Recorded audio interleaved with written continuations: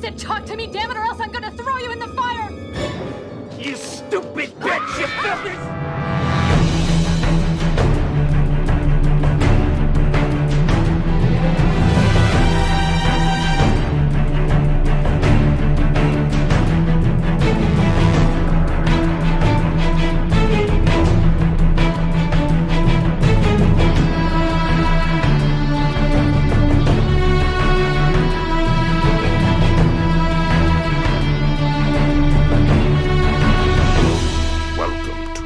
Flyover State of Fear. Welcome back to Flyover State of Fear. I got another great guest, a returning guest, Lon from Honest Trailers or from the Invasion of the Body Snatchers. How you doing, Lon? I'm pretty good. Thanks for that. That's right. Invasion of the Body. I was trying to think of what did we talk about the last time. We spoke about it. I did not remember until you just said it right. We spoke of Invasion of the Body Snatchers, and I remember telling you, all right, I'll actually have you on next time to talk about Don't Worry. Don't worry now. Don't look now. Don't look now. Don't look now. The other Nicholas Rogue, Donald Sutherland. Yeah. And I still have yet to watch, and I did not talk to you about that. We're talking about Nope today. That one's great though. Well, at some point. We'll get to it. It's on that invisible list. It is. I do feel weird. That is one of those like film bro, old school, like nerdy, esoteric. Like, oh, you got to see Don't Look Now. Like when I was first coming up as a movie fan, that was the gratuitous. Every movie fan picks it as their favorite, like classy, artsy horror movie. Yeah, so like. If you were older, you would definitely have seen it. It was like it was like a Fight Club level pick. Sure. Well, that's like me. I feel like that's already old now, and people forget it again. So that's like me getting mad at my brother on Thanksgiving for like purposely digging at me about like Raging Bull and Taxi Driver. The film bro-ness of like, that's what do you mean? Don't look now. Like him, Yeah, and he was just getting under my skin, and I was just like, you just don't like 70s slow burn, Anyway. So one day I'll do that, but how in the since probably about a year, how's it going? And and everything. It's going. We're not leaving the house. Good. I don't want to leave the house. We also have Taco here, by the way. Taco's here, joining us. Hi, Taco. Well, I've said this on a bunch of podcasts. When I do, because I live here alone, just me and Taco. So 99% of the time, if I'm speaking out loud in my normal everyday voice like I am right now, it's to this guy. It's like, well, we're going on a walk, or it's time for eat. It just so happens sometimes I talk about Nope on podcasts with people, and then he doesn't understand. He's like, who is he talking to? He can see there's nobody else here. He doesn't understand Zoom. I have a Jordan Peele Funko Pop I found at Five Below, so maybe you could talk to him.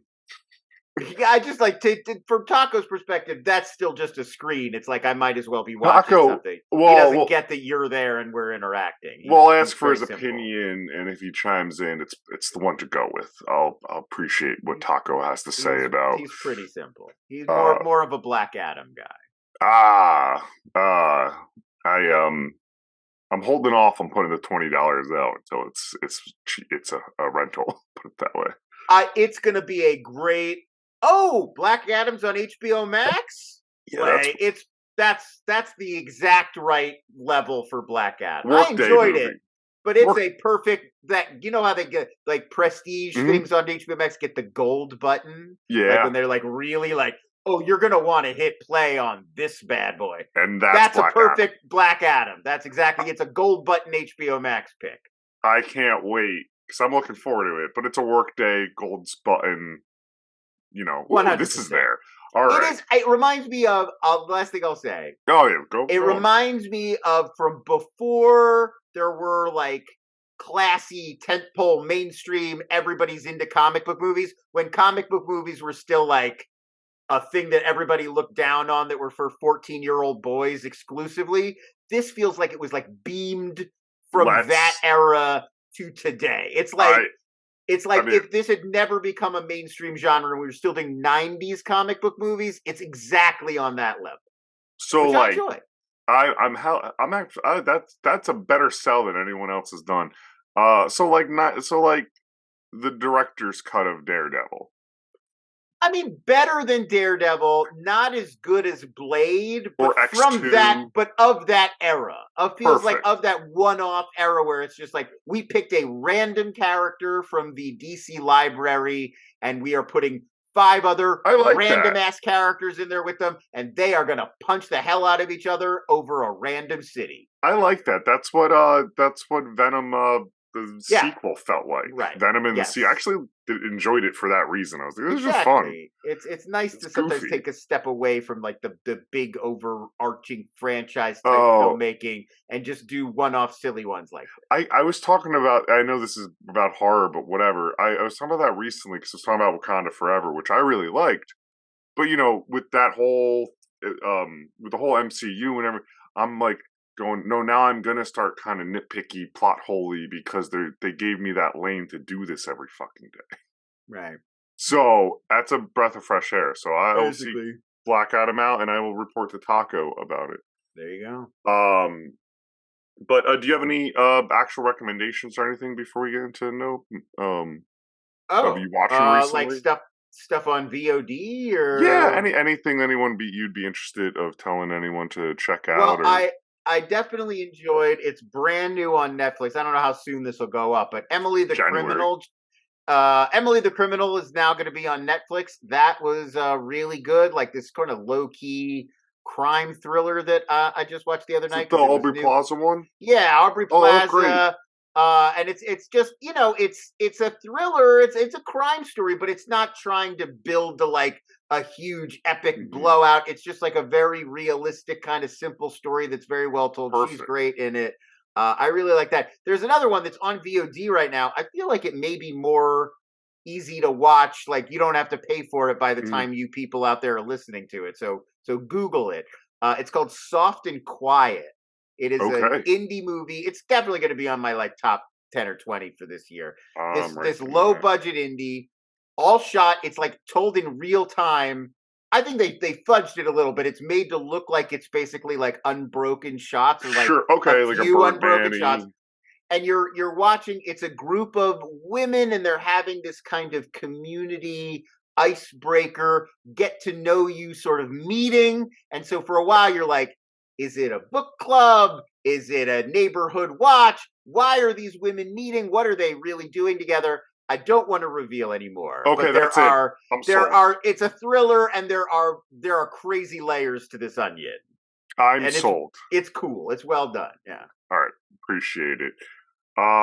So thank you for those recs. Yeah. I am looking forward to watching both of those. I know my co-host Brian just watched the Emily the Criminal, yeah. Emily the Which Criminal it was last in night. theaters and I wanted to catch it, but I didn't catch it in theaters, and now it's on Netflix and everybody can see it. But And Soft really and well. Quiet sounds even better. So we're talking about Nope today, and the reason, one of the many reasons I want to talk to Lon again, but also I saw Lon tweeting out about Nope, of just how much he loves this movie, and you just Yeah, were, a really it nice grew on me. analysis of it. And I had watched it once, and full disclosure, I was like, it's my third favorite Jordan Peele film. It didn't really connect with me, and but that's how his first 2 movies kind of happened for myself. And then I watched them on rewatches, and now I've seen both Yeah. Get Out and Us. Probably Get Out a lot. I think Get Out. It's Get Out. It's one of the best movies of our last decade, and I think Us has aged really well, and it is better on rewatches. I think he's that kind of a filmmaker. I feel like the Coens and Paul Thomas Anderson have always been that way for me too. Where the first time I see them, it's like the preliminary round. It's like, all right, let's Mhm. see how this one washes over me. But I really need to see them 2 or 3 times to fully get how I'm going to end up feeling about them. And a lot of them change a lot. My take Yeah, on them between like that second and third viewing. So I knew I liked Nope right away, but it was like the third or fourth time through that I was like, oh, I think this is my favorite. Like this is yeah. like there's a lot going on here that I really like. It's really neat. So before I begin, I do read. I wasn't sure if I don't remember if I did it on your episode or I started doing it after you had joined me. So I've been reading the synopsises, but blind, that they give on when you just Google it, because they're usually real hit or miss. It'll be like Jordan Peele's new Alien movie, right? You Yeah. know, or an actual description. So this is really short. A man and his sister discover something sinister in the skies above their California horse ranch, while Well, that's true. while the owner of a nearby theme park tries to profit from the mysterious otherworldly phenomenon. That's a very good and accurate description. I wouldn't say it's a theme park. That's the one place I would. It's a roadside attraction. Yeah, maybe an amusement park. It also theme park makes it sound like it's Knott's Berry Farm. It kind of gives a spoiler a bit in it too, because I do like the reveal that that Jupe, you know, and that the theme park, the roadside attraction, that now they're like, no, here we know about the aliens, and here they are, and yeah, I don't know if I would give that away. For Inside Streaming, the newsletter I write about what's coming up on streaming, I do these every day. I write my own. I do a daily calendar and I write my own capsule summaries, and you know, a lot of the time I look at the ones that are in like IMDb or Google or whatever, because I'm hoping that's going to be enough information for me to write my own. Almost never is. If I haven't seen it, I have to go look it up independently on my own to figure out what it's really about almost every time, because those are like a man and a woman go on a magical journey, and it's that's everything. That's why I started reading them. I think it was actually Janine who did Scream. Janine Price, the from and and from the Schmodown one, and we did Scream, and I'm 90% positive her write up was like the iconic horror movie by Wes Craven. You know, it was jargon. Yeah, it's amazing how often those are just like don't really give you any information about the movie. So this one's one of the better ones. I'll give it like a B minus. Right? So anyway, really, what I think I find really interesting about Jordan Peele and his movies, he's joined the spectacle of directors, right? Of like, you're excited about the director, not about the content itself. Like Jordan Peele is a new movie right now. Bam, it has a baked-in audience. We're going to see it, and all of the things that he likes to dissect about the movie. So the one fun fact that I kind of found about it, and would have been interested in anyway, is what other movies influenced this movie. Because I remember you're reading about Get Out's influences, and especially Us. That was like a big hot topic of like. I remember seeing the sections of Society because of the movie posters. So anyway, this one's pretty obvious. King Kong, Jurassic Park, Close Encounters of the Third Kind, Signs, and The Wizard of Oz were like he cites as his big influences. I definitely feel like Westerns are also in there, and not like obviously there's like cowboy stuff and horse stuff because they're on a horse ranch. But even just like the way a lot of the action scenes are set up. I mean, he does a thing during one of the big climactic sequences. He's using these inflatable tube men. I love that. I mean, and it helps you follow the action, and that does feel like ripped from classic Hollywood filmmaking, where they would give you signposts, and directors like even like John Ford or Anthony Mann would use the landscape to kind of tell the story in that way. Yeah, so I feel like that was also in his mind. Maybe. No, that's a great point, and it's so nice and vivid, and you can pick it apart, and like.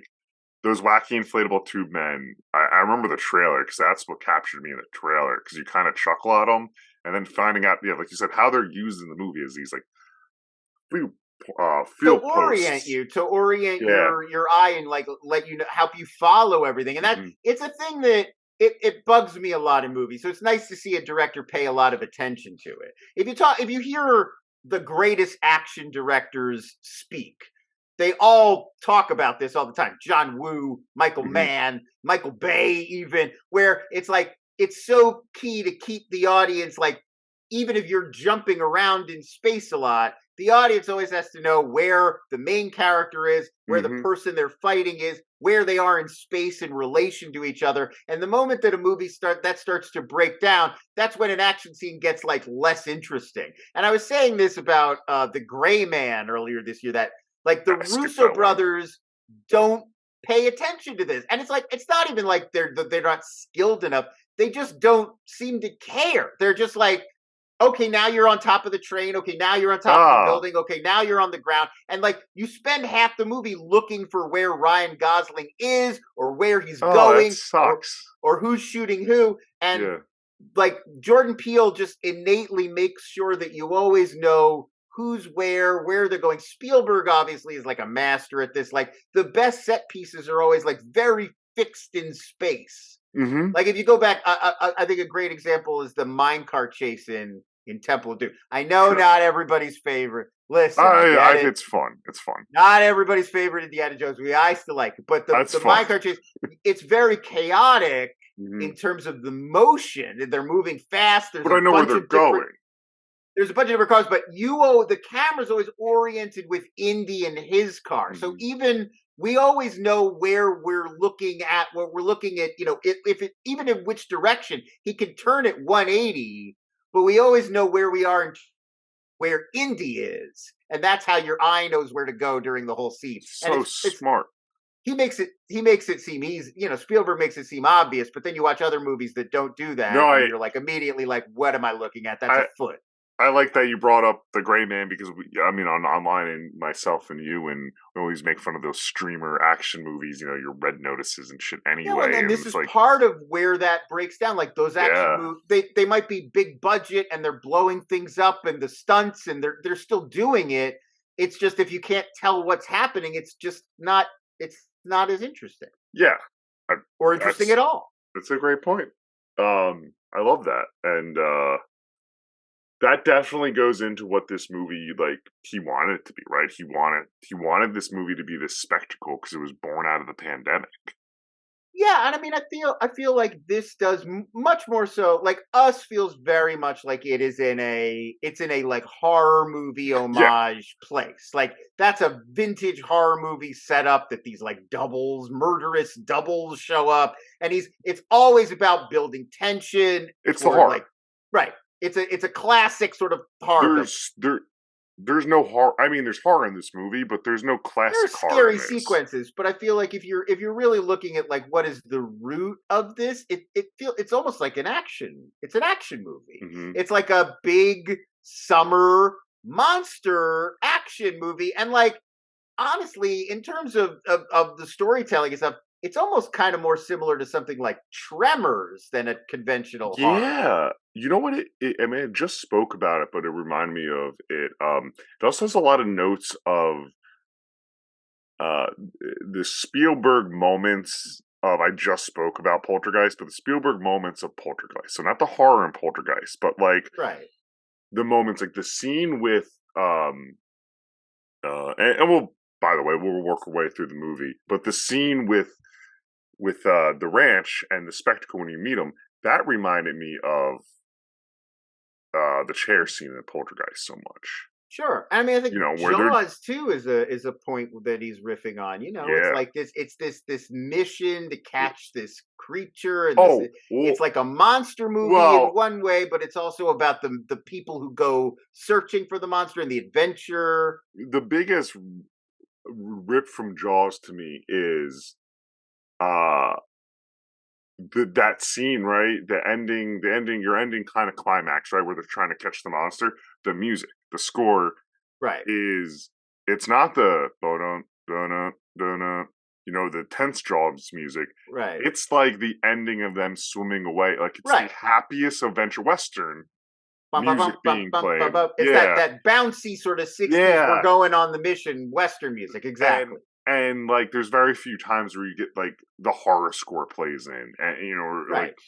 And, it's also just that Jaws has it's that awareness of the point in the movie when it transitions. It's here. This has been the setup. This has been the scary stuff. The shark is attacking people in the ocean. But once they get on the ship, Spielberg has that amazing shot. It's because he's Spielberg, where you actually zoom into the shark's mouth, like there's that skeleton, a shark jaw, and the boat is heading out, and you zoom through the shark jaw to watch them leave, and that's the dividing point. That's the Act 1 to Act 2 moment, where it's like, okay, we're leaving Amity. Now it's these guys, and they're going out into the unknown on this mission, and the movie is the movie is shifting into adventure mode. And I feel like that's really a lot of what Peele's doing in this. You get the setup, here's their motivation, we're getting to know the characters, but then once it becomes like, okay, we got to get this footage, we've got all our guys together, it becomes this like, mission. It becomes this adventure movie.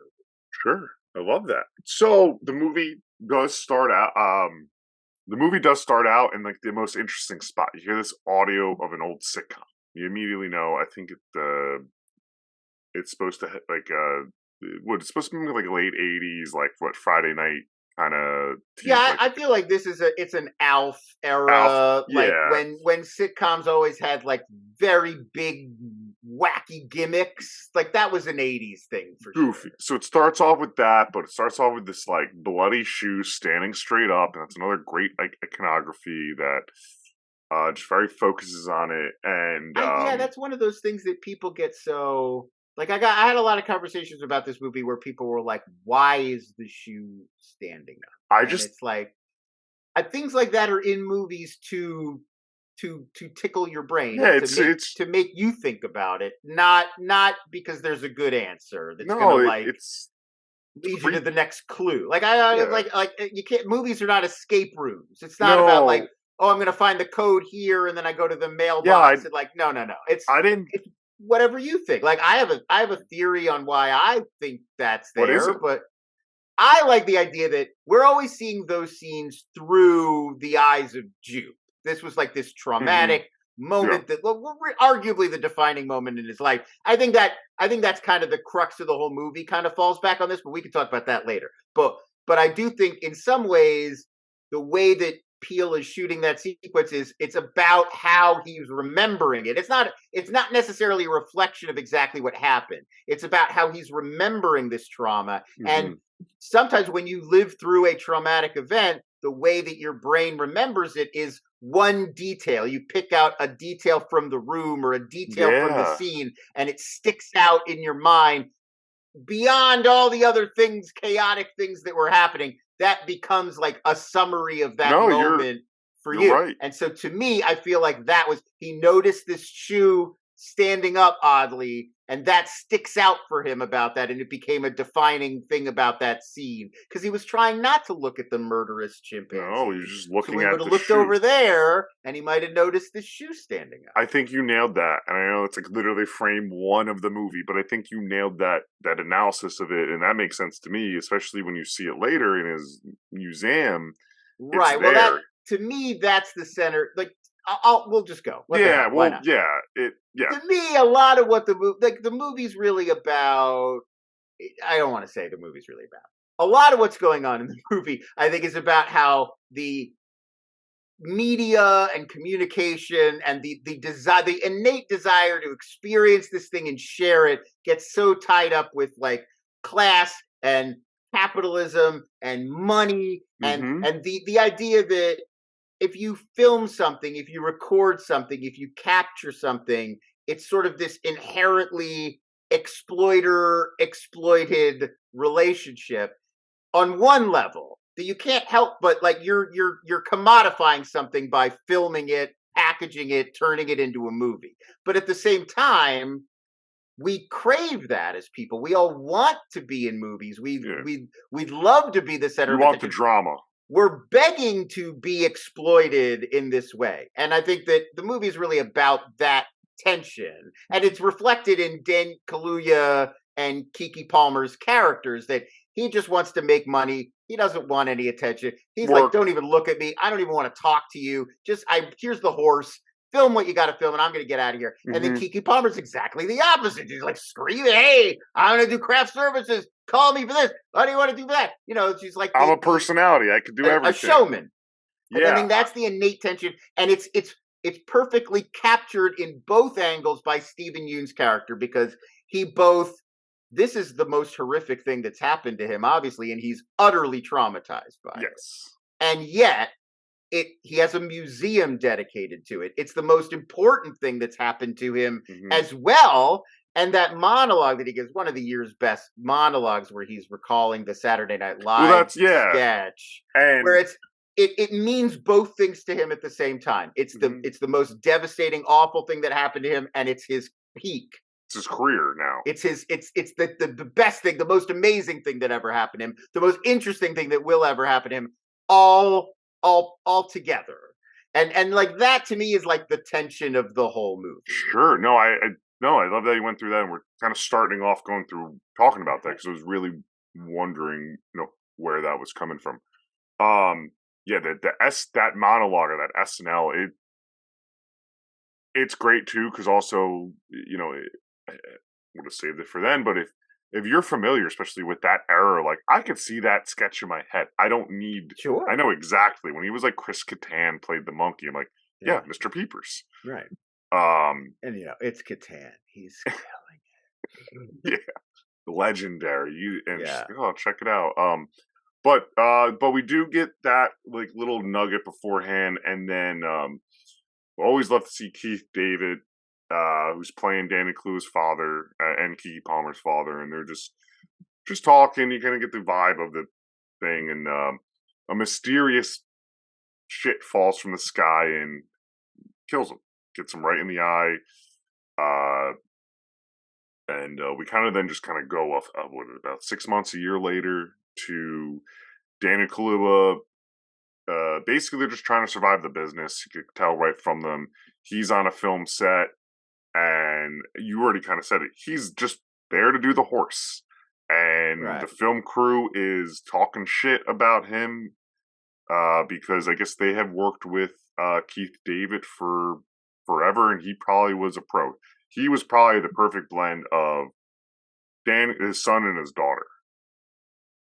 Yeah, and I mean, I think part of what this movie is kind of doing too, in just a fun way, is in a little bit of a way, it feels like a salute to like the below the line people who work on movie sets, and it is a celebration of all those people that are really doing the day-to-day work of making movies, but who aren't the director or the stars or the people that always get sort of celebrated. And I mean, obviously, it's shining a light on the history of Black creators in Hollywood and like these animal trainers and these true stories. That is true. The animal trainer, right? And I think he's sort of standing in for all of that. But I think also it's just the nobility of these jobs and the dedication that it takes to make movies, and how it really is like, I think they're not making a conventional movie, but in the same way, this is it captures that the camaraderie of a film set, and how a film is a whole bunch of people like working together in like a community kind of setting. And like Dolomite, that Eddie Murphy Dolomite movie, I think beautifully plays on that same theme. But this is kind of that same thing too, is like, even the kid from Fry's, Brandon Perez, I think is the actor's name. He becomes part of this kind of collective because Angel. It's hard work, and it takes a lot of dedication, and it takes a lot of teamwork and collaboration to like make something creative. And I think that is kind of what I think Keith David is doing there. Is he just has so much gravitas. He's a guy that when he shows up in a movie, we're all excited to see him. So I think it expresses like, there are all these like legendary unsung heroes working behind the scenes on movies, making these movies possible that most people never even know were there. Well, it sounds like, and kind of going, it's like, when would you ever think to do a story about the animal wranglers, right? Like on a set, the closest thing I could think of in my head is a throwaway bit in 30 Rock. Yeah, and I mean, I think it goes and plays back into that same idea I was talking about of like the sort of inherent exploitation of filming things. Like when it's a human, it's consensual. I could be like, yeah, hey, can I, you want to be in my movie? But when it's an animal, now it's a different. They can't sign on to be commodified in this way. You're kind of just like capturing their essence. No, you have a monkey that lets loose. You have a horse that needs to let loose. And how unnatural in some ways it is for them that like they don't like, as soon as the sort of mirror is turned on the horse's eye, it freaks out. It doesn't understand what we're doing. This is a uniquely human impulse. And it's not a mistake, obviously, in terms of the symbolism of the whole movie, that the monster both resembles a camera in terms of having you the know, these shutter sort of kind of lenses and exactly shutters that open up, and an eyeball. Like it looks yes. like an eyeball from the Well, air looking down on them. well, let's talk about I mean just the names of the characters themselves, right? They represent spectacle and things from like history and society. I mean, OJ I think's pretty obvious, right? It's a exploitative thing that was watched, and I think it's, it's very on purpose that it's OJ Simpson. It is the fact that it is about a guy who leads another character on a Bronco chase. Yeah, it Is that, I mean, it feels too cheesy to be purposeful, but it I is think part it's of the oh no, see movie. I wasn't referring to that. I just meant No, not that I'm scene. adding that. But right, Yeah, the obvious the idea of just OJ being a subject of public public. Yeah, fascination. and the Right. point of you bring up of watching even Emerald, I mean Wizard of Oz, uh, this place you look at, and Keke Palmer is the star of this movie. I mean, she steals scene for scene for me. I personally don't understand what jupe is, but I'm sure that means something. Not like the naming of jupe. I don't actually know, so I'm not going to assume.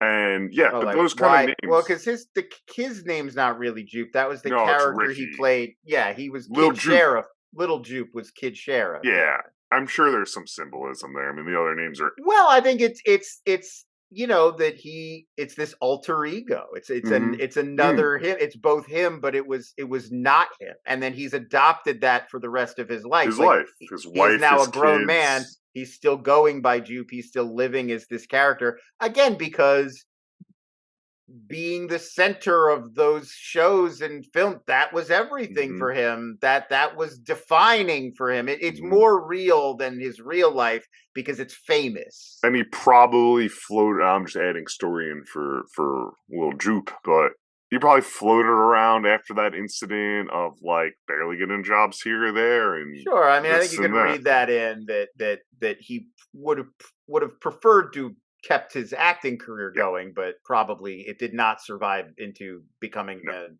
adult and not being cute anymore. So, another motif I really like, and this is kind of right after. Not that Stephen Yeun isn't a good-looking guy. I'm just No, saying he's a in the very he's a story, very within the handsome man. in the story, people, come on, I know, Lon. they're very attractive. It's an attractive cast. But the one, and then so the way Jordan Peele he cuts the film up, right. So we have the just kind of meeting everyone, talking like the dynamics of everyone in the film sets, and they actually go to Little Jupe to meet him to drop off their horse Lucky. And what I really love is the title cards of everything is a looks like a when the lights on or off on before or after a screening of a big Mhm. screen. It's then it says Lucky or Right, Nope yeah. or Jean Jacket, and it's a stage or Yeah, a I mean, silver I think that screen. it's right. It's The whole very movie is these kind of layers of yeah, story and storytelling. and so they go there, and from then to bring Lucky to him because what they've been doing is they've been selling horses to this sideshow attraction, this little theme, this sideshow theme park. I think is the best kind of that they did that Ricky runs, and this is where for when he said, I mean, we get this is though when we get the monologue about the incident. No, Yeah, yeah. yeah. This is where we get the monologue and the SNL sketch and all of that. And there's some really cool. I'm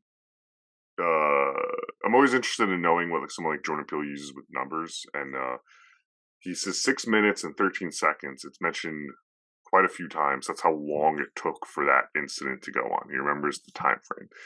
There's I found one article.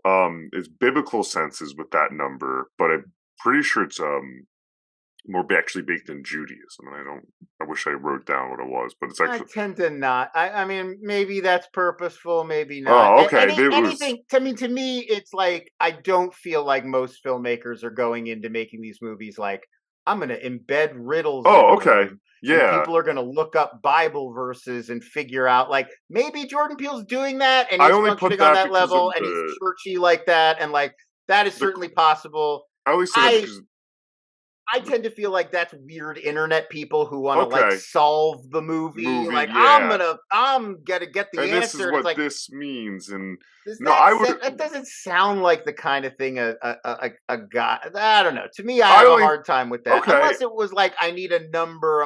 We'll pick a. I Oh, don't I know. had heard the number a few times in the I mean, movie, maybe I don't want to say you're definitely wrong. and To me, when people start to back up their film theories with, like, well, but if you go back to the Book of Daniel, and, like, I'm like, well, yeah. I Well, don't think. I didn't write Who it down, so cares then? Because it's not important. I didn't think about it that much. I didn't write it down. Because, like, even in, like, English class, like, if you study literature, a big thing is, like, well, would the audience of the time appreciate this reference? Mhm. Like, we don't just say Shakespeare could have been referring to this incident. It'd be like, but would the Elizabethan English audience know about that incident? Yeah. And I think Peele is like Shakespeare in this way, that he would be thinking about, is this a reference that is common enough for people to know, No, versus, like, 8 people who go to church every day are he going to wants to get put in a this. Terminator reference before he puts in, That's how you I know. feel. So And I I only tend to be like, there are always those articles where it's like 18 biblical references hidden in this thing, and it's like, yeah, that's kind of where I think I whatever found it. you say, And man.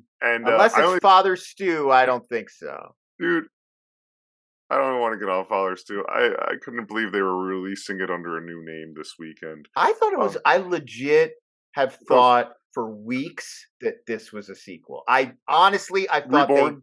I thought they knocked out. Because, like, it was a real guy. Maybe more stuff happened to him. No, I do was like, yours. that is amazing. Wahlberg went right back out, and, like, they made a second one after this one was so big in the same year. Very impressive. Ty West did it with X and Pearl. Yeah. Good job, Mark Wahlberg. And then, no, it's No. literally just the same fucking movie. Do it. Do yourself a favor. Go on AMC theaters, the website, and watch the trailer they made for Reborn.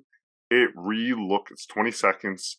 It looks like a parody because the I mean, I VO. have not seen the film. I can't speak to the film Father Stew. I haven't No, seen no, I mean either. But the VO of Father Stew of the 20-second Reborn it. Mhm. is like an early internet, like The Shining parody, like Salisbury Right, Hill's yeah. playing. And Right, anyway, exactly. anyway, no, I just brought that up because of the beginning of the movie does start with a There is, passage. and there are definitely So biblical references. I yeah, don't mean to say that. And the one thing I do think is compelling is the design of the alien or the creature at the end. There are Bible passages that make angels sound oh, that way. I And didn't that pick that up. they're like, they're huge and they're terrifying, and it's all Mhm. wings and feathers, and, like, we tend to picture them as, we, like, they're basically people with wings and, like, Wings gold and circles, but in the Bible there's all kinds of crazy descriptions of them, and that to me doesn't feel like so obscure that nobody would I possibly mean the pick up on character's it. name is literally Angel in the Right. movie. That Like that one didn't feel like too impossible for me, and I like kind of picked up on that. But yeah, it's when it becomes like, well, if you're not a Talmudic scholar, you wouldn't no, have known this off the top of your head. the show. Like, I don't That's think he's why. throwing Kabbalah at people. If I were watching this to not talk to you, I would have never even put that into a search bar. But anyway, so right after that, they're like, that's kind of weird. You learn about the incident. They learn about everything. We just get a lot more character moments between um Daniel Kaluuya and Keke Palmer.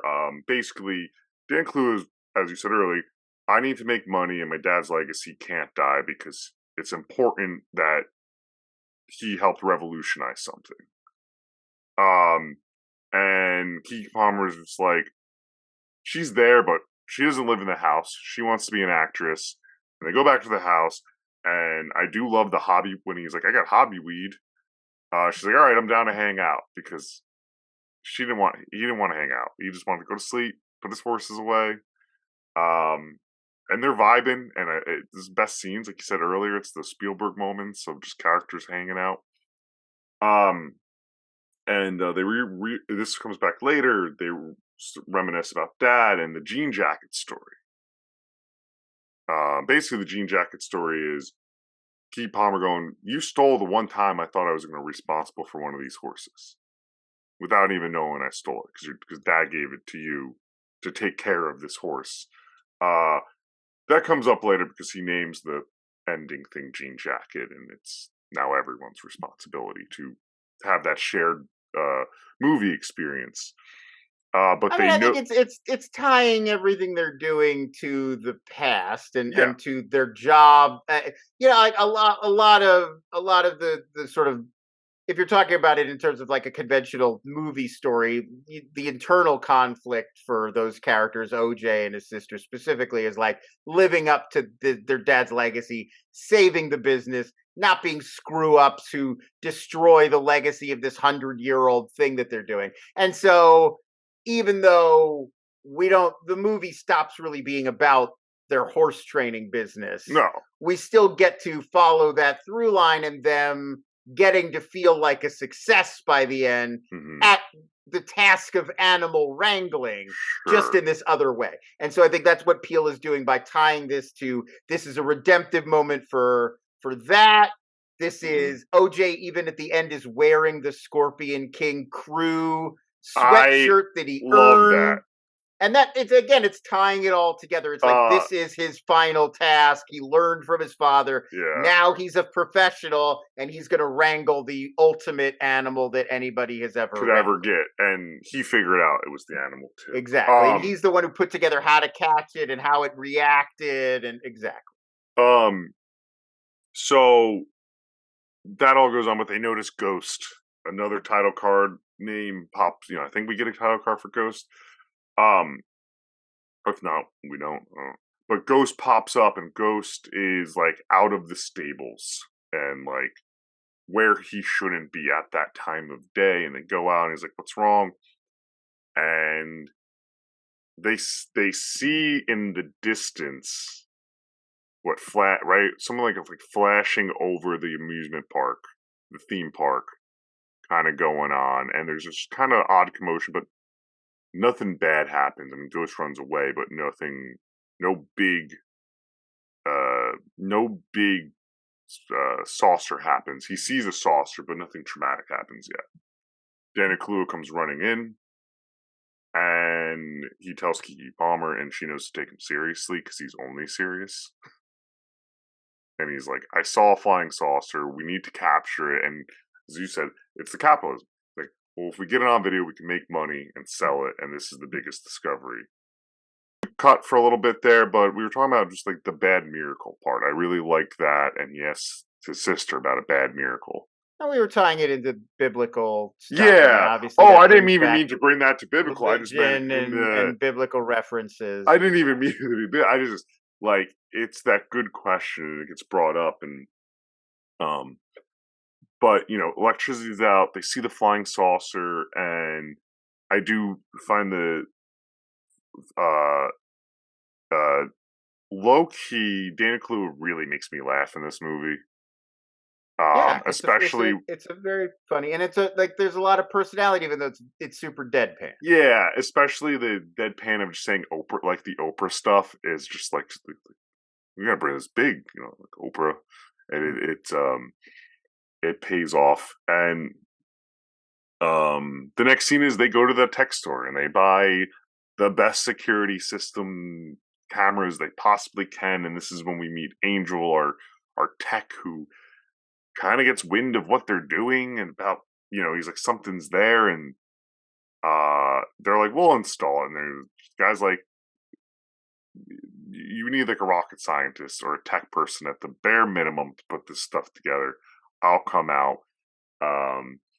And the place is so far away. He's like, "I didn't realize how far away this was," but he sets everything up, and he's so curious because he's like, "This is about aliens," and he gives them this whole spiel about UFOs being released, and this is something that really happened, where they released all those, UFO and those blips like 2 years ago, like middle of COVID. And he's like, they just relabeled it to UAPs. Mm-hmm. And he brings up ancient aliens, and what they mean and all this stuff, and it was a good introduction to this character. So, but they're going to set up a trap. That is the plan. Yeah, well, I mean, I think, again, it's this idea of immediately the first thing that occurs to them upon seeing this thing is capture it, sell it, exploit it, market it. And I think, we see that a lot in movies, but I think that it's really driven home here that it's not it doesn't represent anything else other than this opportunity to show it to others, to sell it, to market it. And so I think, it's obviously an allegory for capitalism and for our current sort of messed up system and for the film industry. But I think it's just a very human impulse as well that we got to capture it. We reflect on our greatness by corralling it, by capturing it. It's our mastery over the world. And I think it's like in a very kind of like Herzogian way. Like if you've seen those like classic, like Aguirre, Wrath of God, or Fitzcarraldo, or all of those films where it's like literally Klaus Kinski on a mountain in a rainstorm, like yelling, screaming at the heavens, like at God. And I think that is like obviously the Michael Wincott cinematographer character gets that moment of like it's only if we can get the shot, get the footage, make it perfect, then we've conquered this thing somehow. Even more so than killing it, which is what Keke Palmer sort of ultimately does. It's the correct, it's the controlling it, it's the owning it. They want possessing it. And I think the very key as well, there's a scene where we cut to when they call Michael Wincott and they're trying to sort of hire him to come be their cinematographer. We find him and he's at home. He's got like a deck that he's like at an edit bay at his home. And it's just wild animal footage. It's like footage of animals fighting. There's no sense to what he's making. No, it's probably for like Discovery Channel or nothing. It's just clips of animals fighting, and it's again, it's that same thing. It's that the ownership of them, the mastery of them. That he he's like this sort of god of nature because he's encased all of these animal fights in the camera. Like in that almost like in that you've stolen my soul kind of way. And I think that becomes so much the drive, like right away, that the OJ's very first thought is, let's go to Fry's. We're going to get security cameras. We're going to figure out what this thing is, and we're going to get the footage. Right. Yeah. And they pull it, and then like his sister's just on board, right? She's like, great, the next adventure. Yeah. So yeah, that is when we get do all that, and in the meantime, I mean, they do we do get what is a good setup, like right after this, for a traditional horror movie. Like you're about to have our Signs moment, and then Jordan Peele just pulls the curtains above it. Yeah, I mean, I think he's almost. It's like this is what you kind of thought, toying with the expectations. Yeah, like this is what we thought the movie was going to be. It's this alien invasion movie, and then like that's kind of the signal that it's not that, and they were just kids depart from that and do something else. But I think that the other thing about this movie is that I think that people got frustrated by the thing that's fun about it, which is that it's not one thing. It's not what you'd expect. It's not this straight line. I think that's what's happening this year in horror. I mean, like people want the straight line. Like they want to be told at 20 minutes in, like, here's what it is, alien invasion. And then you get to feel smarter than the movie. And this movie doesn't let you do that. No, like X was similar with that, right? It's not the movie you think you're going to go see. I mean, kind of. I think that is even more. It becomes a slasher movie at some point. But you know what the villain isn't sort of maybe who you'd expect, but yeah, I think in this one it's like it's segmented, and I mean it for a while it is about we're in Clover, right? For a while it's about these characters and this scenario, and then the mystery, and then it becomes this kind of thriller where it's like they're in peril, and it's almost a horror movie where there's blood raining down from the sky, and then I think in the last beat it becomes an action western where it's rousing and it's about them defeating the creature, and I think he's purposefully doing that, and I think it's fun if you let go of I have to be one step ahead of everything every time or it doesn't work. Like I think that Jean Jacket is the action movie. yeah, like I think a lot of people have that. Like, if the movie upends my expectations constantly, it's not cohesive. It doesn't hold together. I see that complaint all the time about movies. Like, oh, it's not it doesn't all hold together. And it's like, if it's entertaining the whole way through, and you didn't know what was coming, and it's enjoyable, and you get something out of it, then it held together. It held together, yeah. That's what held together means. People also, and I might speak for myself, I don't know what they're talking about half the time, and they're like trying to say shit. You know, a lot of the time people are looking for ways to say I didn't like it that are not I didn't like it. They know they didn't like it. They don't know why, but they're saying I didn't like it in 18 different ways. Mm-hmm. It was pretentious. It was boring. It was this. It was that. I don't know what it meant or whatever. Like, yeah, it doesn't hold together. You know, hold together is a one that like the way you pointed out. You're absolutely right. It's like you just didn't like it. That's fine. Yeah, just like that's just say you didn't like it. But so yeah, we're right into it though. Like you have that scene with those kids, and it does builds a nice tension with it. If you don't know the twist or like, oh, these are the aliens, find out they're kids, and the reason why that is they stole. Kiki stole a one of the horse statue from the amusement park to use as bait. So now the Jupe's kids are gonna get back at him, and they fuck around and. You know, he punches one in the face, and anytime a kid gets hit in the face in a movie, I laugh. You can consensually laugh when a kid gets hit in the face.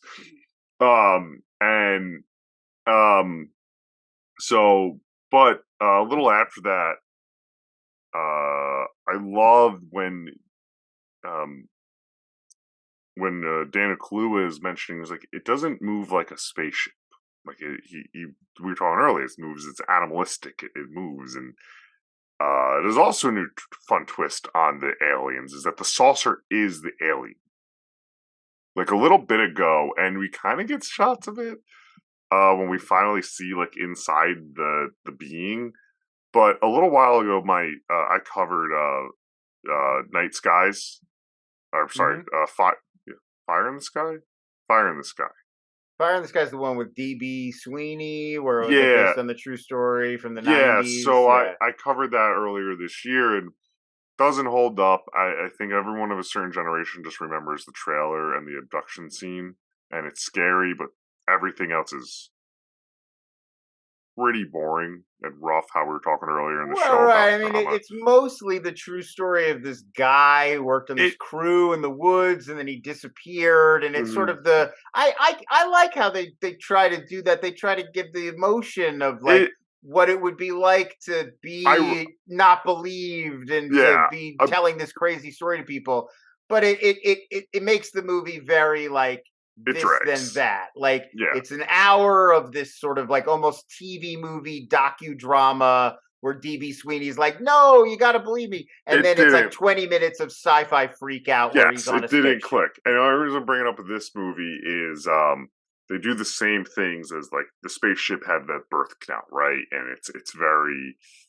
it's like it's a vent. I mean, in some ways, it's like an elevator compartment that just like squeezes people, crushes them in its sort of whatever. And the crazy thing is, like, what does the thing feed on? And I did want to know. Maybe this is just me making a backstory. I think I feel like Keith David was like feeding the air, like he knew about it for some reason and was keeping it at bay. Because it seems like this thing has always been in this area. But I made that up. Yeah, I don't know if I don't know. I don't know if there's a lot of textural evidence for that. You're certainly free to have it as a theory, but my mind was wandering. We could get rid of it. You could just sort of feel like you would tell the kids at some point. Like, we don't feed a horse that cloud. I'm wrong. Like, that seems weird, but I don't know. Maybe I'm wrong. That was just like I said, my mind kind of wandering with that. sorry, where we're at. We are now. We move kind of more into the Gordy, the Gordy title, and Yeah, well, we get into he's doing a show. Like he's got his sort of version of the show that Stephen Yoon is running, where he's and like to me inviting that was a people big reveal. It's a big, yeah. It's a big. I mean, it's a big reveal on a few levels. I think one is it's maybe the most drive home. Like I don't think this is a movie that's very polemical. Like I'm Mhm. gonna shove my point down your throat. I think all the stuff we're talking about you could take as just symbolism and like it's just a Yeah, creature feature. I don't think you have to read any of this stuff in. But I think this is where it becomes the most pointed is like he's such a carnival barker type guy mhm. and he's dressing this thing up and it's so cheesy. His vision of what this show would be and the heartfelt story narratives and His the kids in kids and the alien costumes yeah and his and wife.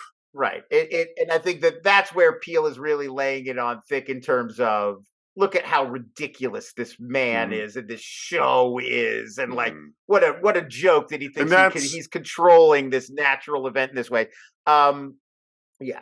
and that's where this part is where I was like, oh, it reminded me so much of oh, we've been watching it. The thing, the part when I said earlier, like the poltergeist, like of the chairs moving Hmm. and shit. That's reminded me. It was like, well, now we're gonna show this to the audience, and you're gonna watch this horse get taken by the thing because it's feeding time, and it's been cool with us.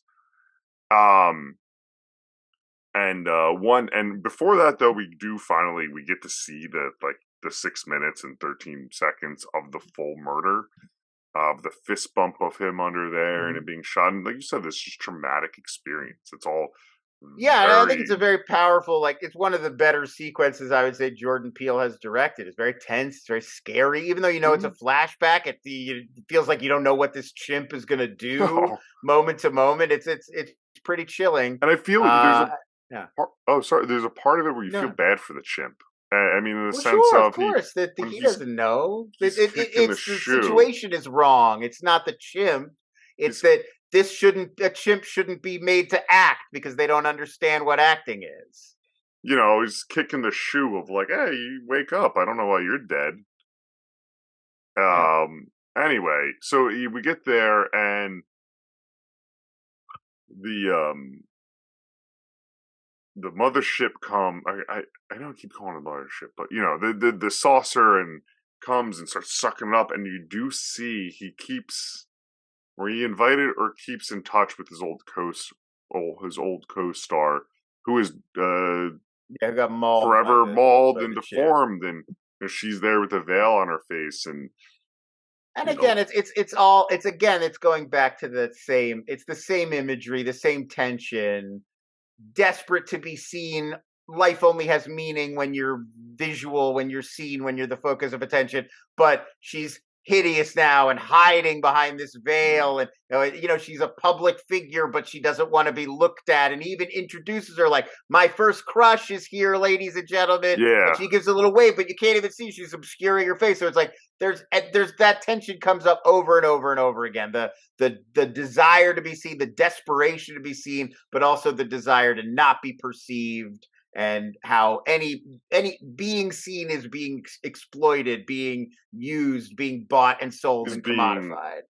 yeah, and they all get completely sucked up, and I I mean, mean that's like literally the image is people being sucked up and into this thing and then into the camera squeezed. I and mean, it's the squeezed most, out yeah. and spit, and It then couldn't be later more direct. Yeah. spit out, and then that is that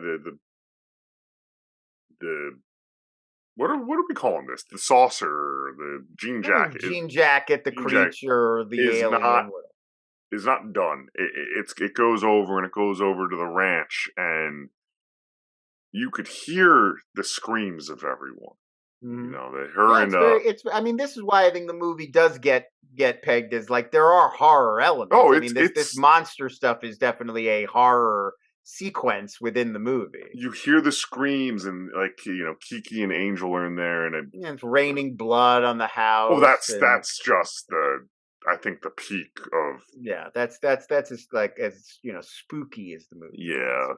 It's nighttime and he's raining blood, and OJ's in his car because it's not starting. And he's trying to run away, and the horse comes shooting. One of his horses now comes shooting down, and it's in his windshield, and he just spends the night in there until it's over, and he's safe. And I love the use of the slow "I wear my sunglasses at night" is playing because OJ has commandeered the vehicle that Angel was going to go home in because they had just finished up their day of. I kind of saw that as I don't know if this is what Jordan Peele was thinking, but it's what made me think of. You know how trailers are constantly using like kind of artificially slowed down versions of songs to make them sound. In the meantime, the Space Hog one was just in Guardians 3. Yes. Where it's like 15% slower than the version that's on the radio to make it seem more like epic or meaningful. I felt almost like he was kind of tweaking that or playing around with that. Yes. Like it's not a horror movie because he even did in Us. He's got that 5 on that. He's got the Loonies. I got 5 on it, and so I think this was almost like a tweak on that. That like I'm going to play this like weird otherworldly version of Sunglasses at Night. I like it. I like it. Artificially slowed down because it was fun. Because the alien is above. You know? I'm a mark for that stuff. It was fun. But you're right. You know what? I don't mind the slowed down songs. I think that works as much as it doesn't. But I'll tell you what I hate. It's the other thing that trailers do, which is the constant percussive drums. So you get like, but up you, and like I don't need the drums. I get like action is exciting, even if there's not like those Japanese. It makes me think of those Japanese tall guys with the sticks and those huge drums. Like I don't know what they call that performance, but it's like every trailer has like 8 shirtless Japanese guys hitting those huge drums in the back constantly. Like okay, they're in space. I get it. It's exciting. That's good. That's another good a good kind of look at like what that probably was, and he has used it, and that is now becoming though. Well, the drums are there, and I know exactly what you're talking about. But the slow song is it's getting overused. If you hear another trailer with like Imagine by John Lennon and sung by someone else in it, it's like we get it. You're a serious film. So they get the fuck out of there when they can. They go to Angel's apartment, and I think it was Angel who was like, "I'm not going back. I'm done. I mean, this is enough." And the curiosity and the hubris of OJ and Emerald are to go back and finish what they started. They also feel like they just can't leave the ranch. And then they do it at this time though. We hear on the TV. We go back to that. What was his name? The cinematographer. We go back to his, and the news reports 40 people are missing from the amusement park, and where are they? And it's a media thing now. It's there's eyes on it. People went missing, and no one knows. It's the middle of nowhere. They do head back to the house, and this time they are going to get with that plan. And this is when they get the inflatable tube men and what's his name? I want to say Antlers. The cinematographer is, or I think they call him Holst more than not. Holst. He's going to use a crank camera, an old school crank camera, and to film the events, and this is the catalyst of they set everything up. We already spoke about that action, and this is when it becomes this action movie. And this is the jean jacket part that we go through, and like I said, he puts on the Scorpion King jacket, and I know I've already alluded that has some symbolism. It's also just like kind of just a funny thing to wear. I've started buying me and my brother-in-law have started buying each other gifts of movie hats because of On Cinema. Mm-hmm. Yeah. As Greg Turkington's always wearing a random movie hat. It's like the same shit, right? Like, it's such bizarre things. Like, I walk around with a Moonfall jacket on because only like oh God Part 2 or something. yeah, Like on that's cinemas, they're so good at picking out those movies. Like what would be a super random movie for I Greg just to got be him into? Rob Schneider's Animal Visor for Christmas. Right. Yeah. Yeah, I have a moon this way. It has nothing to do with. I have a moonfall jacket because it's the perfect fall jacket, and I have nothing else that way. And you didn't see the little label. It's just the members only. Yeah. Yeah, on cinema. Yeah, they're amazing. But we've last couple of years started just exchanging those fucking two for the money. Is one of them. But anyway, so he has that, and it's such a good bit, and they are now going to lure the animal out, and now Daniel Kaluuya has let them know what he's like. I think this is an animal.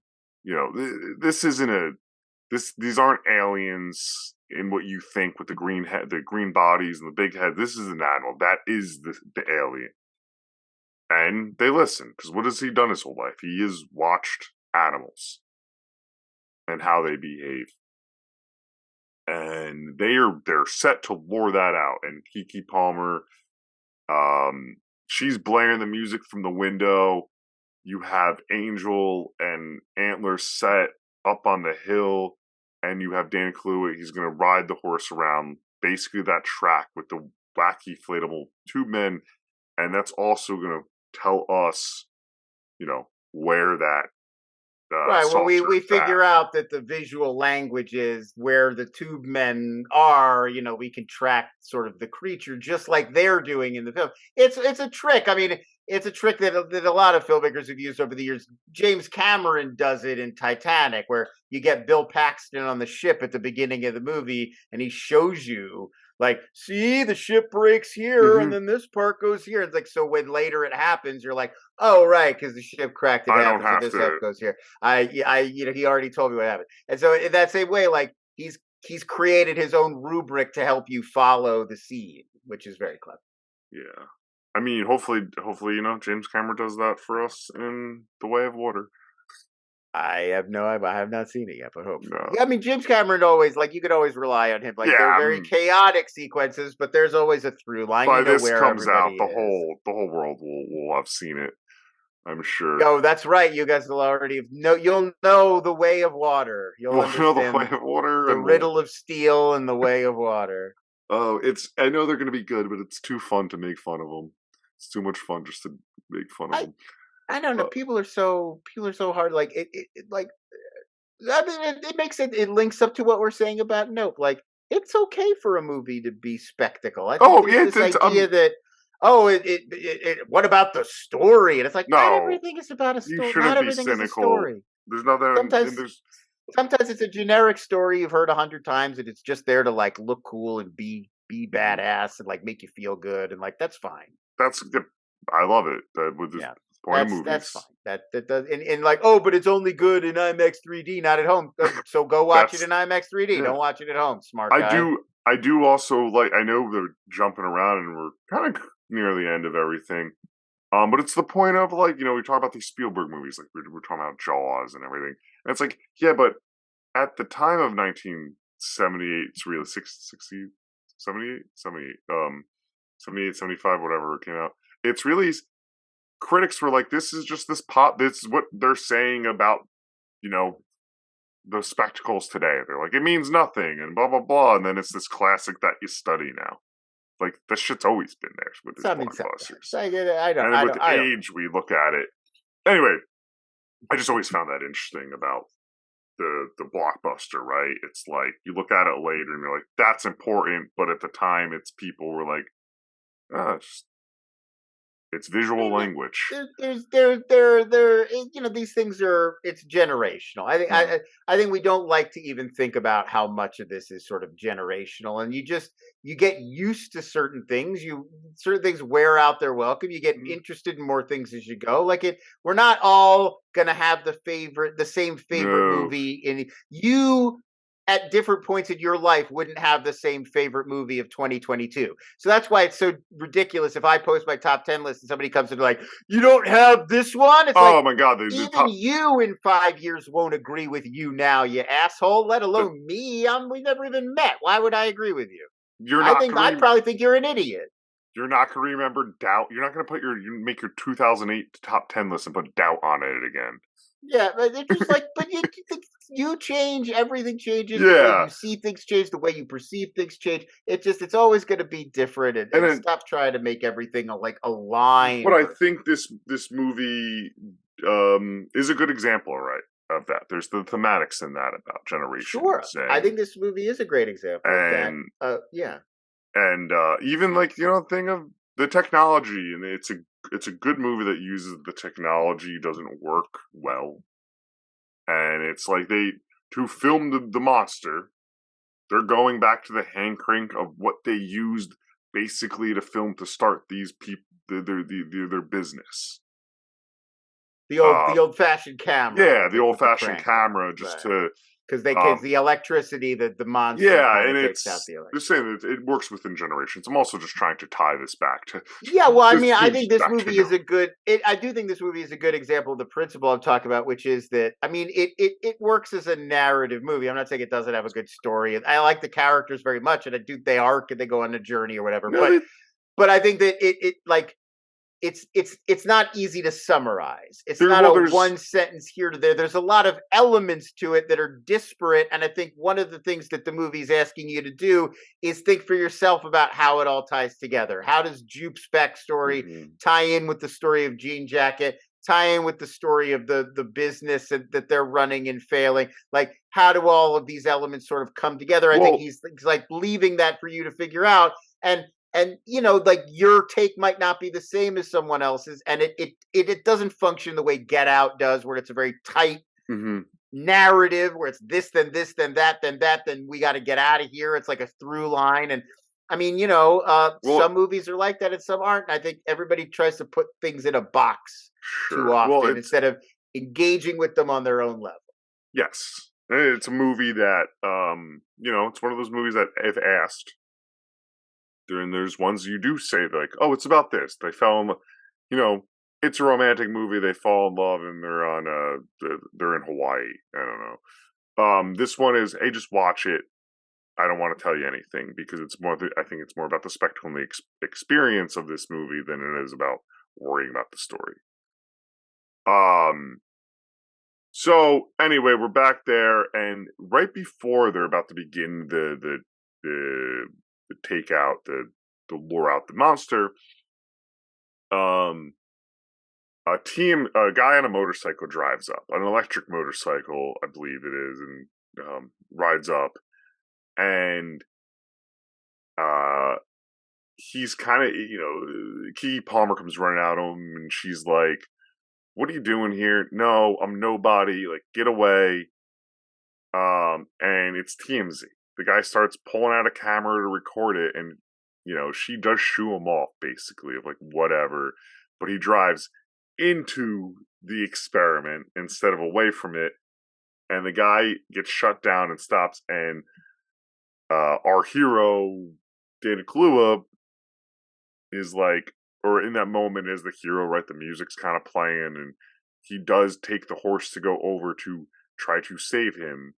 But in an attempt that, the guy's so goddamn concerned with getting his camera and where's his camera out instead of like listening to the guy trying to attempt to save him. And then Kaluuya says fuck that and drives away and lets him get eaten. And that's when they have that great, this is when the base was just the whole thing. The saucer still looks like the saucer. It's being lured out. It's on that side.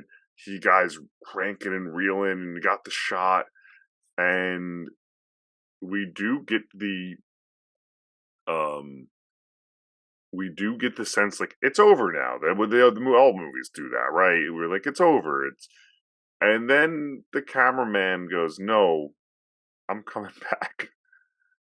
And he just stands out on the middle of that cliff, and I don't know what his thinking was, if he was possessed it's kind of mirror images both of those characters. It's the thing I've been saying, this whole time. It's the search for meaning. It's Yeah. the capturing this thing is the only thing that matters. And if I Hmm. don't capture it, I've missed this opportunity. That's the chance to create, the chance to put my stamp on it, the chance to own this moment. And so, yeah, I think that's what he's thinking, is that his whole life is about that, and about Hmm. that desire to capture and to own and to immortalize.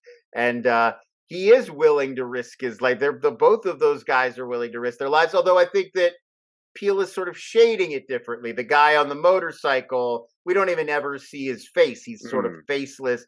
I think he just kind of Paparazzi.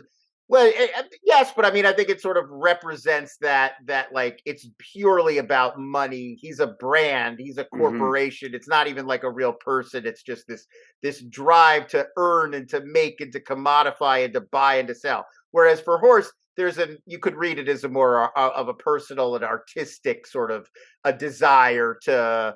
It means something to him. It's not just Sure. about money. He doesn't care about the money. He's doing this because he desperately wants to have this footage and to have shot this footage. Hmm. And I think that it's different reasons for the same thing, which is to sacrifice their lives in the pursuit of getting this shot. Which we watch it in a movie and it sounds crazy, but how many people have risked their lives to get an The amazing shot or to make an chirp amazing film or stagers and like all the that's time? becoming And you hear about dudes on YouTube, they go and try to climb the well, skyscraper and take a picture and fall to their death. And I mean, it is a real human impulse that Peel is commenting on, I not gotta get just the shot. it's not just a movie cautionary tale. I think No, it's a it is a real. real thing. And I mean, Yeah. Tom Cruise even hanging off the sides of airplanes and throwing himself into active volcanoes to make Mission Impossible movies. Uh, Christ. Yeah. It's a that's a good point with that. It's just the human impulse to get that shot or to get it because you want to capture it and you're so And then, it, enamored. and then it moves beyond self-preservation. I mean, I think that there are a lot of things that we know can motivate people beyond self-preservation. Like if you are addicted to drugs enough, you will Hmm. be motivated beyond Yeah. self-preservation. And I think this is another variation of that. That like there are things that loom larger for people even than their lives. And being immortalized, being iconic, being famous, being known as the person who did something, Hmm. to be on Oprah is one of those Yeah. things for a lot of people. Um. No, I love that. So Daniel does right away. Right. I'm sorry, Danny Kaluuya does right away, and now that I'm sorry, an angel's up there, and he gets taken in by it, and that's one of the harder ones. I ended up really liking that character, and you know, he wraps himself. He's in like this kind of he's in I the mean, I think, canvas yeah, tent, and this he is the wraps point where himself in it the it barbed becomes like an wire. action thriller. It's like you Yeah, got to imperil the characters. They've got to be almost, it's like a Fast and Furious movie where the guy's about to fall and then Vin Diesel comes in and grabs him at the yeah. last second. I There's mean, some, he's in there and he gets sucked up, and I mean, he seemingly dies. He doesn't. I mean, that's like he gets spit back out, I guess, because of the barbed wire. There's some sort of false trap in that. Um, but more importantly, OJ and Emerald are kind of at opposite ends of each other, and the being is now coming for the house and from uh, where Emerald is, and Dana Kaluuya basically just does another distraction to ride that away so she could get away on her bike. We're on the bike of the TMZ guy stolen, and it successfully works. He does that in exchange, may or may not have sacrificed himself for that, and she rides away and she rides back into the amusement park area or theme park, and the now the being is for each other. It's this like angel like shutter. Uh, Sometimes looks like one of those. Remind me of like the Chinese lanterns, kind of like the way the thing, everything folded out is very like origami like, and the color of it is very attractive green. And that's following her now. We're just seeing it follow her, and it's going through that, and she realizes that she lets up that big balloon of little Jupe in a cowboy outfit. She lets that up for it to kind of consume it, and she realizes this old Frank photo that they had. It was like this Western gimmick for people to take over. What was that, like a fountain-ish? You put your head over and you can take the photo. And she's cranking that, and like you said, still to get that shot, she's still desperate to at least try to see it out because she thinks her brother's dead and everyone's dead, so why not go for it? And I mean, it's that same idea again, but in this version, like the rousing version, like the she's gonna succeed finally. It's gonna heroic, and she cranks it. It's very tense. She does get the shot. You see that creature thing out. She's exhausted. And then in the distance, it actually blows up because the big balloon boy was inflammable or something like that. Mm-hmm. Or it pops. I read it as it pops. The way that the creature devours it, squeezes people, and like it compresses them before it like sucks the fluid or whatever. Okay, yeah, whatever nutrients it's taking. So if it did that to a balloon, pop. Yeah, perfect.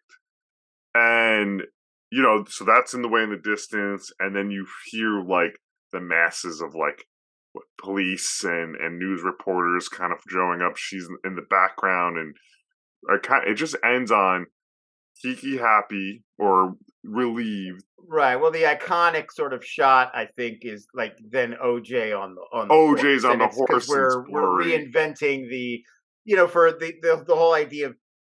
And I think this is where it becomes more like social commentary again, and like about the history of film. And like for so long, even though black cowboys were real and were working behind the scenes as wranglers and stuntmen and coordinators, that there aren't black cowboy movies. You don't think of like classic Hollywood black cowboy, but there are with exceptions. Woody Strode is in some classic. They exist. They do exist, but in the general. Yeah, I was thinking of The Professionals with Woody Strode. You ever see that one? It's a great '60s Western. Burt Lancaster also in that one. So there are black cowboys in movies. I don't mean to say cast aspersions, but it's not an iconic image until recently. We're just now starting to get movies that are playing around in that world, which is very cool. So I think like that it's this creature is destroyed, this eye in the sky, this oppressive sort of monster, and now we do have this iconic image from an old movie of a black cowboy on the having won the day, like succeeding in the hero shot at the end. And that is why I think he's alive. Who? OJ. Oh yeah, I don't read that as a dream sequence. Oh, okay. That is because of. I know there are people who assume. I just read it as a lie because of that. It doesn't make it to me. It's not a movie that was benefiting from its skills. There's no benefit. Yeah, we have no evidence that he died, and she's just imagining him. So anyway, that is how it ends. Angel's alive. 3 out of the 4 are alive, and. Yeah. But yeah, no, Lon, thank you for kind of getting me to watch this again and like think about it and talk about it, because I knew there was more to it than just, we were talking earlier of the spectrum, but I knew there was more to it than just, I saw it. And earlier we were talking about, one time I tweeted out, and we were talking about this earlier, like, people just come up with excuses of like, instead of I just didn't like it. And I tweeted, like, I had a tweet recently or a while ago. I was like, if I ever say, like, I need time to think about it, it usually means I didn't like it.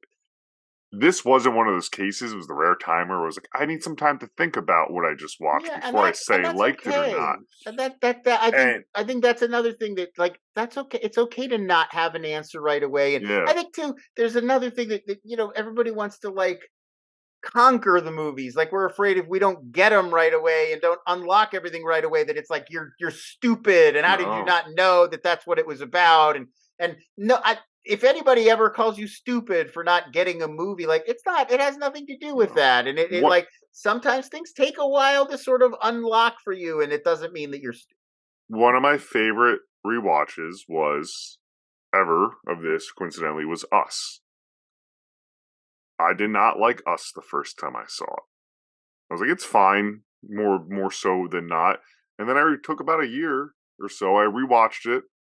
So I think I watched Get Out, and I was like, oh, let's give Us I own them.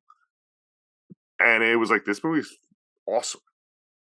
So you're right. Give it time. Give it a whatever. Yeah, you gotta let it sink in. Out. You're not trying to beat the movie. You're not trying to conquer it. You're not trying to like file it away somewhere. Like, well, there's that answer. Put it in the box. It's like it's art. You engage with it or you don't on your own speed and your own time.